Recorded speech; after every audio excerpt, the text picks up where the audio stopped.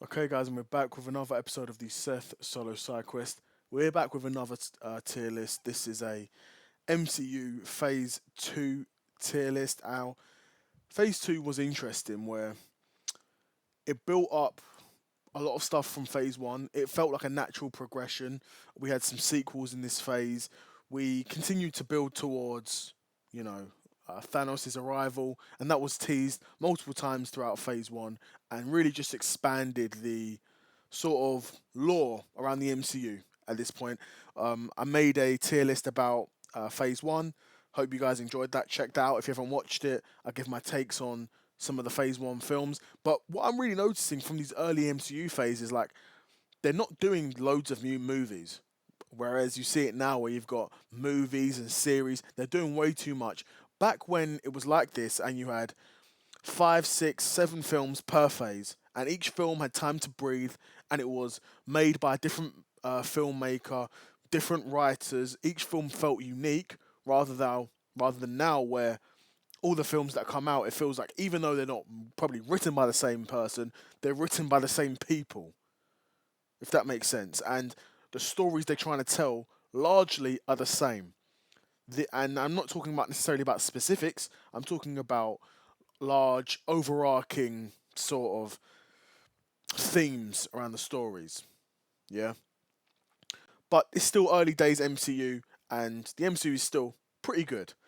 So first one we're kicking it off with is Iron Man 3. Now, for me, I would even put this perhaps even a bit higher, but a lot of people don't like Iron Man 3 for some reason. For me, I enjoy it because it asks the fundamental question about Tony Stark: what is he without the suit? Right? He comes across a number of trials and tribulations in this movie.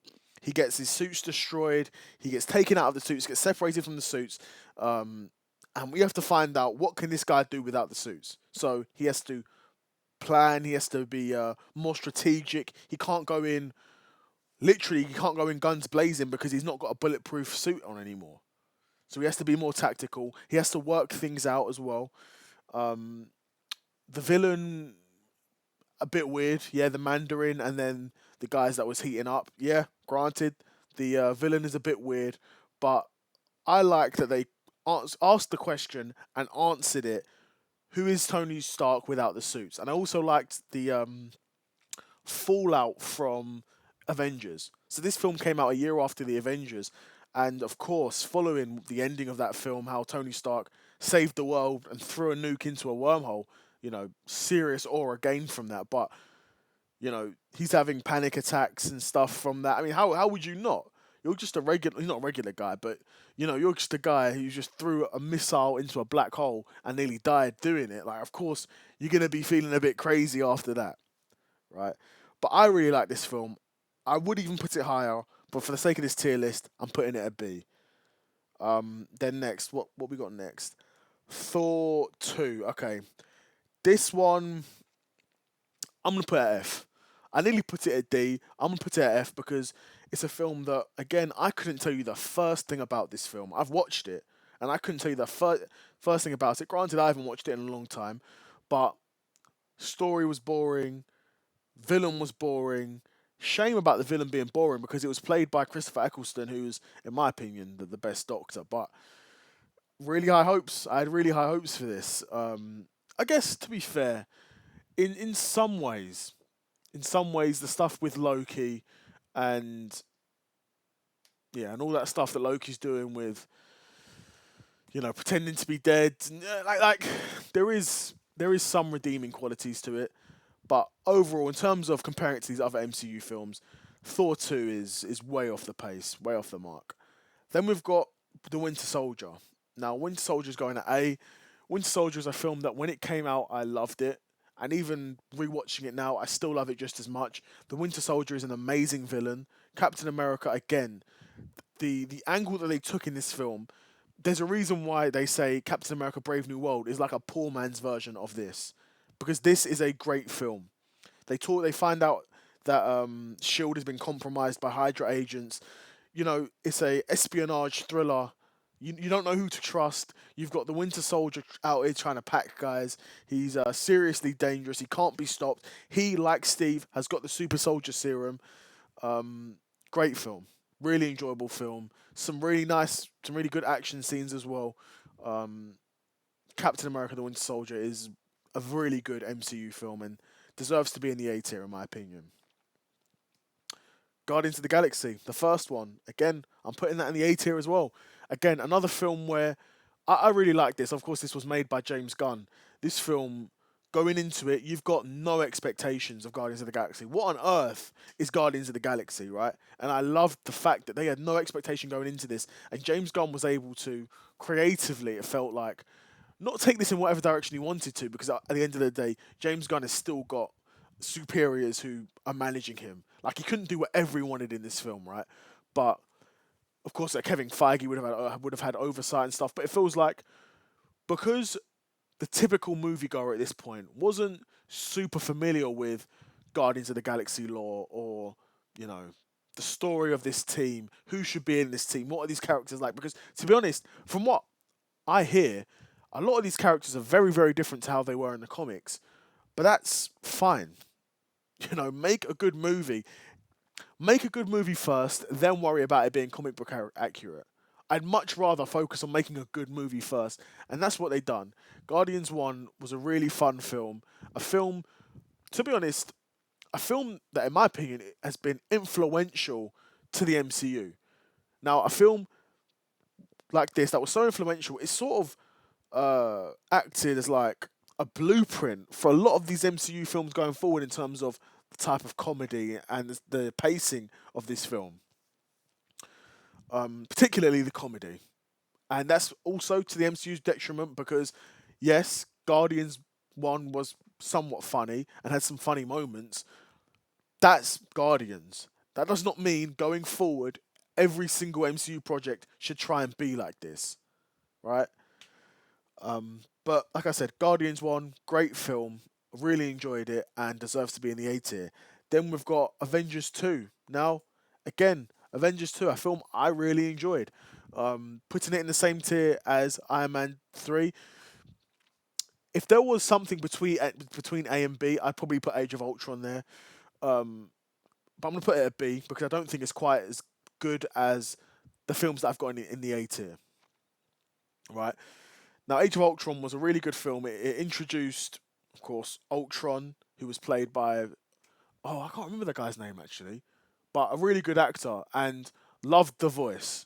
Ultron was, he's finished now, but an amazing villain, in my opinion. I would have loved for them to sort of do more with this, have more build up, make Ultron a bigger villain rather than him just be a one-off Avengers villain that's, you know, defeated at the end of the film and that's that.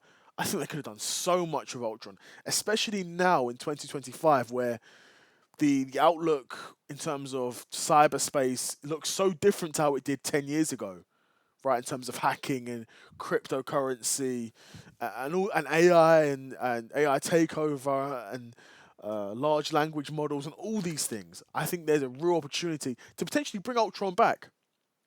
They could potentially bring Ultron back. There's not been anything confirmed, nothing been said by Kevin Feige or anything, but thinking about it, that's a really interesting prospect. Of course, this film also introduced Vision, who was great, Wanda, who was pretty good as well, and Quicksilver, who died in this film, which was pretty jokes. But yeah, Age of Ultron, a pretty good film. I enjoyed it, and a film that I've watched a couple times, and yeah, deserves to be in the B tier. Argue with me if you think that should be in the A tier, because you could argue with me and you probably win that argument because I think it probably should be in the A tier as well. But yeah. Then on to the last film we've got here, and that's Ant-Man. Now, Ant-Man 1 was okay. I'm going to put it at C tier.